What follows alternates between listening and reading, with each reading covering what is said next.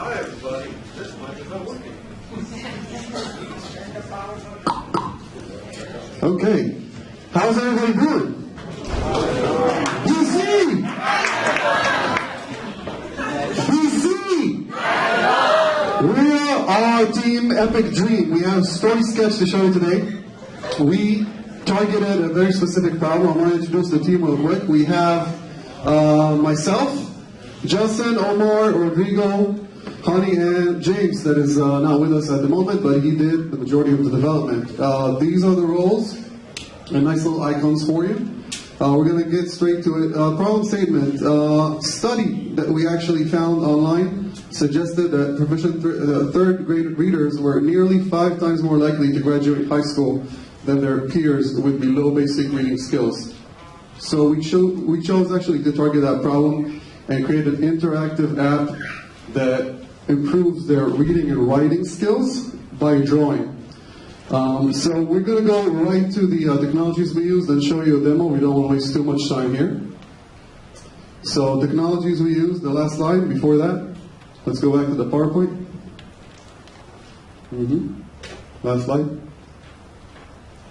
All right, we used Node JavaScript. We used Google Cloud Platform Vision API integration, also text-to-speech Google, to translate the drawings into actual words that would then be read to the child.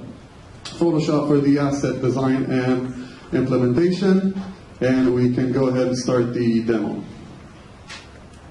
So this is real time. The child is actually drawing a house on the app. After he chooses his 3 objects, they're going to go into these boxes, and based on the boxes, a random story will be generated using a actual API that does random story. So the business model is based on expansion packs of number of objects, more objects, longer the story. It actually builds the story based on the object that the child drew, and when it's all completed, it's actually read using text-to-speech by Google.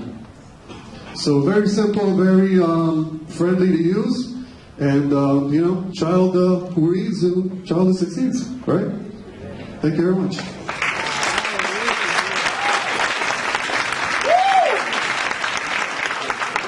Questions? Is there a way with the converting to a story that nothing, you know, that everything that's read is like, you know, G-rated for the kids, just in case it might do something?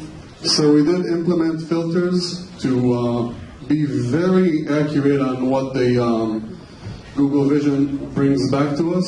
So there's no X-rated, G-rated. Everything is pretty much on point in that aspect. This is for parents and their kids, or for teachers and their students? Like the mission statement stated, it's targeted to ages 6 to 8, which is the most problematic age for when kids typically stop reading or read less. So we want to improve that age section. I can tell you, my kids, they like to draw, and they like some storytelling, but this is a really great way to connect their drawings and the stuff that they do with a story, and I think it makes it more interesting for them. It's a great idea. Thank you. Any other questions? Yeah, I was just going to say that the idea is great. It is technically very challenging to implement, though.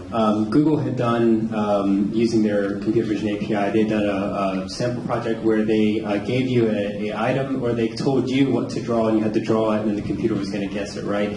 I think the only problem you probably run into here is I actually still cannot draw a fish or a house that good, so I don't know if the third graders can, but in the event, trying to basically just give them a blank canvas and then have them draw 3 of anything, try and identify that correctly, and then pull a story from that. I think you're probably going to run into some problems in education, so maybe the better way to at least start, because again, I think the idea is very valid, is probably trying to box it in a little with something of a fixed story with only a few elements, so that way the computer knows exactly what it's looking for. It'll probably make the whole process a little smoother.